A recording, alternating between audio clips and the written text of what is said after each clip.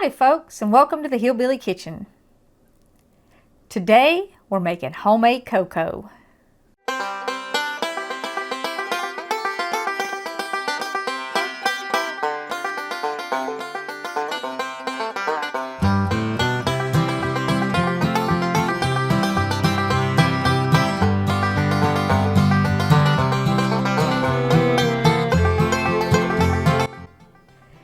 This is a fairly simple, really old recipe, and it's one of those things that you just kind of got to have on a cold winter day. And I decided to put it up now because this weekend is Halloween and there's lots of fall festivals going on at churches and trunk or treats, and all the little kids are going to be going out, pumpkin patches and hay rides and corn mazes and all that stuff. And this is just perfect for this time of year and all those occasions. It's also really good for while you're doing your Christmas decorating, or when you go out to the Christmas tree farms and cut down your Christmas tree. You can make a thermos full of this and take it with you on those outdoor activities. And it'll really make it special, and the kids will just love it. And I know some of those kind of agritourism places, they serve homemade cocoa at them. And if the place you're visiting does that, certainly you can get it there. But a lot of them don't, especially around here. And, you know, it really does make it special, more special, if you have some fresh hot cocoa. So let's get started. Like I said, this is simple, and you can pack it up in a thermos and take it with you. What we're starting with is 1/3 cup of water, 1/2 cup of sugar, and 1/4 cup of cocoa. And we're actually going to make a syrup out of this. Then we're going to add 4 cups of milk, and we're going to heat that to a simmer. We're not going to boil it. We're just going to get it really close to boiling, because you do want it hot. And if you're serving little kids, as long as you do the syrup first, you don't even have to get it so hot that it will burn them. But if you're going to add marshmallows, you want to get it warm enough to melt your marshmallows. And we're also going to add about 1 teaspoon of vanilla and just the tiniest little dash of salt. And you don't have to do the salt, and you can do a sugar substitute, but that tiny little dash of salt is going to change the whole flavor of your cocoa. So let's get started. You don't need to be real particular about the heat when you get started, because you do want to get your water heated up pretty quick. And you just go ahead and add your water and your sugar and your cocoa. And you can mix your cocoa and your sugar together and get the lumps out of your cocoa if you want to, but you don't have to, because the heat will take care of any of the lumps in your cocoa. And just like I said, the tiniest little dash of salt, just one little shake's all it takes. I don't think anybody's ever quite measured that. You want to save your vanilla until the end. And you can also use peppermint extract in this if you want to make some peppermint cocoa. You could do like a little raspberry extract and make some raspberry cocoa. And there's other flavors that you can add into it. You can get creative with it. What making the syrup does, other than getting the lumps out of your cocoa, is it kind of helps keep it from settling out in your cup once you pour it. And you don't necessarily have to do this step if you don't want to. You can mix your sugar and your cocoa together and get your lumps out, and go ahead and put your milk in the pan and just warm it up. But if you don't do this, you're gonna have to give the kids a spoon with it for sure. Now it's still gonna settle out a little bit, but not as much. And if you've ever give kids a cup of hot cocoa with a spoon, you know you need to have a mop bucket and a towel and a steam cleaner and anything else you got to clean with before they're done with it. So it makes it a little less messy if you don't have to include the spoon. And what we're going to do is we're just going to bring this to a boil, and we're going to let it boil for just a minute or two to make sure that all the cocoa's dissolved and the sugar's dissolved in our little bit of water that we had there. And you can garnish this with little marshmallows, big marshmallows. At Christmas time, add a candy cane in and, you know, stir it a little with the candy cane. You can make fresh whipped cream, or you can get some of this stuff in the can, you know, kind of the aerosol stuff. Kids love it.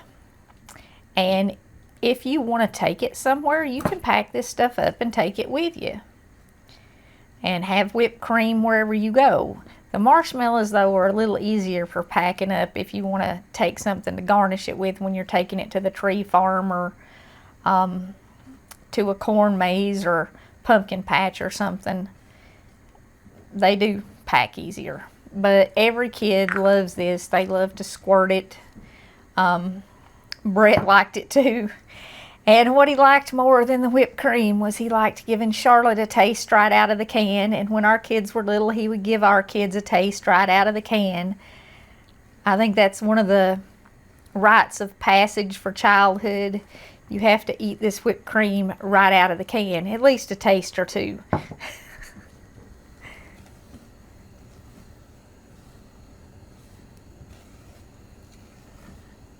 Okay, we've got this boiling. You do want to stir this while you're doing this part, because your sugar will scorch and so will your cocoa. And nobody likes burned cocoa.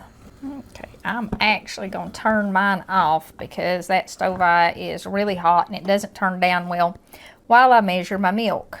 And I use whole milk for this. Any milk will work, but whole milk is a little creamier. And we're just going to put 4 cups of milk in there. At this point, it is a good idea to turn your eye down just a little bit. And you do want to stir it while you're heating your milk up, because you don't want that milk to scorch. And like I said, you just want to get it good and hot. Maybe close to a simmer, but you don't want to boil your milk.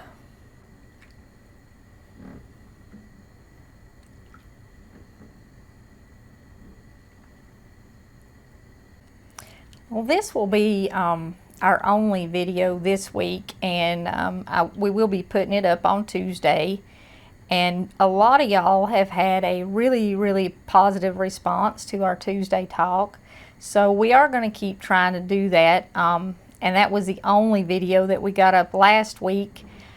I think I kind of been running on adrenaline for the last 2 months. And Samantha said I'm like a kid when they first go back to school. I have caught everything coming and going because I haven't been out of the house very much for a very long time. And I was kind of under the weather a little bit last week. You know, nothing serious. I just felt terrible. And we only got up that one video on Tuesday. So this week we will only be getting up one video, because this week we're going to a pumpkin patch and corn maze, and then I'll be spending Saturday with the kids. I'm not sure exactly what they're doing, but we're going to do some kind of fun fall activity, probably do some trunk or treats and stuff like that. So I don't think I'll have time to get up another video. But our goal is we will be uploading on Tuesday. A Tuesday talk, which will be, you know, different things, and then we will be doing a recipe video that will go up somewhere between Friday afternoon and Saturday, probably afternoon, and that's the eventual goal. But anyway, a lot of y'all have been going over to mine and Bret's old channel, Bret and Becky, and watching a lot of those videos, and I've gotten a lot of comments about the haircut video. And that has a very interesting backstory, but I'm going to share the backstory on that video next week. So that gives you something to look forward to this week, because it's Halloween. We're going to do the where we scared Alex Halloween video. And there's a backstory to that too. Alex had literally just graduated from the police academy in Morristown, Tennessee. And she wanted me to tell y'all that when she came down the steps, she was getting ready to go jogging, and she was tucking in her shirt. Well, running. It ain't been jogging since the 80s, I'm sorry. She was getting ready to go running, and she was tucking in her shirt. That's what she was doing. And I was sending her down to get a cooler out of that cabinet. Now, Bret and I spent the whole day cleaning out that cabinet, and she was home, and she didn't pay any attention to what we were doing whatsoever. And he was like, I know she's heard us. She's never going to scream. And I'm like, oh, yes, she'll scream. She just graduated from the police academy. She's not going to scream. She'll scream. She's got a black belt in 3 different martial arts. She's not going to scream. She'll scream. So anyway, I told Alex, came back upstairs right after I helped him get in the cabinet. And I said, yelled at her. She was in her bedroom. Hey, Alex, would you run downstairs and grab me a cooler? Me and your daddy are going to take the motorcycle on a picnic tomorrow, and I need the cooler to start packing it. So she yells yes and heads down the steps, and I sneak around the corner to listen. Poor thing, we didn't even help her up out of the floor. So that's the story behind that video. And Bret was always doing stuff like that, and all the old videos, the funny ones, he came up with the whole idea for them. He choreographed them and got everybody together and wrote music for a lot of them. I know a lot of you are watching the Happy Marriage song too, but there was tons of them, and they're not even all on the internet anymore. But we are going to put that Halloween video on the end of this, so those of you who haven't been able to get over to that channel, you'll be able to see it. And next week I'll give you the backstory behind the haircut, because that was a pretty good story too.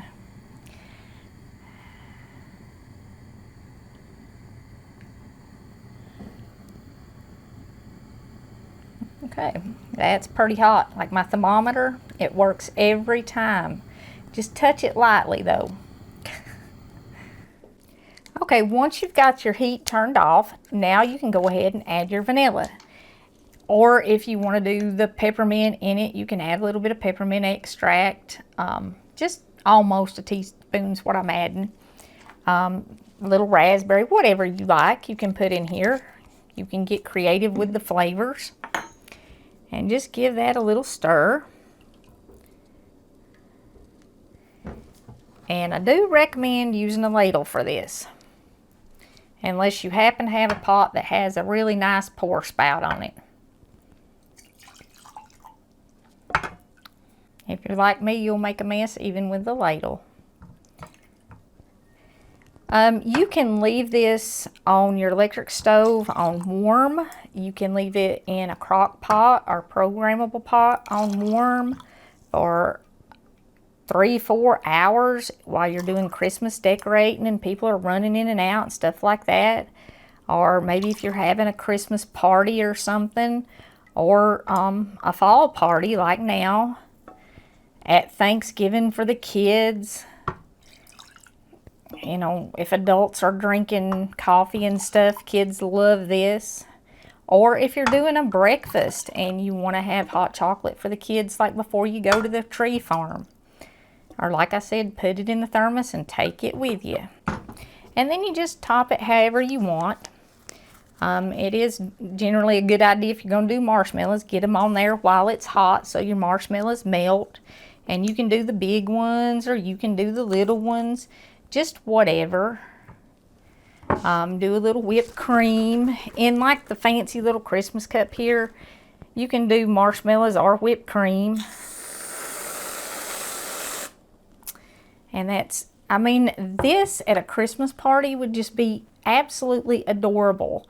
And it looks like something you get in a really fancy restaurant. And it just takes a minute. Simple ingredients. Kids love it, adults love it. I mean, who don't like chocolate? If you've never had homemade cocoa and all you've ever had is the stuff in a packet, please give this a try. It is seriously the stuff that childhood was made of years ago. I mean, it is such a special treat, and it is one of those things that kids remember. Make it with your grandkids or with your own kids, and it is one of those things that it will stick in their minds. It will make the kind of memories that they will look back on in years to come. And they will hold it dear for the rest of their lives. Before we go, after I've told you about our mean little stunt we pulled on Alex, I want to leave you with Galatians 6:9. Let us not be weary in well-doing, for in due season we shall reap, if we faint not. I've heard a lot of Christians say, I give and I give and I help and I help, and when I need help, nobody's ever there. Somebody is there. And it may just be that God knows you haven't reached that moment in your life when you really truly need that help. Because when you really truly need it, when it is a circumstance that you can't get through, if you continue to do good, if you continue to do well without being weary, God will send plenty of supply to meet your need, because He promises He will. Thank y'all so much for joining us in the Hillbilly Kitchen. If you haven't already, please don't forget to click like and subscribe before you leave. And until next time, remember to put God first.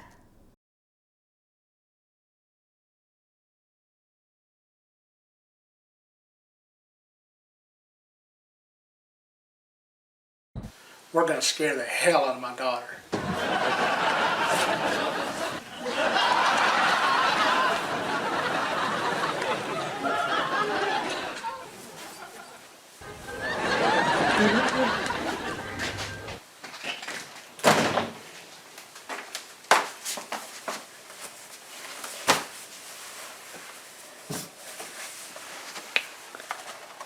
Ready? How's my hair? It's good.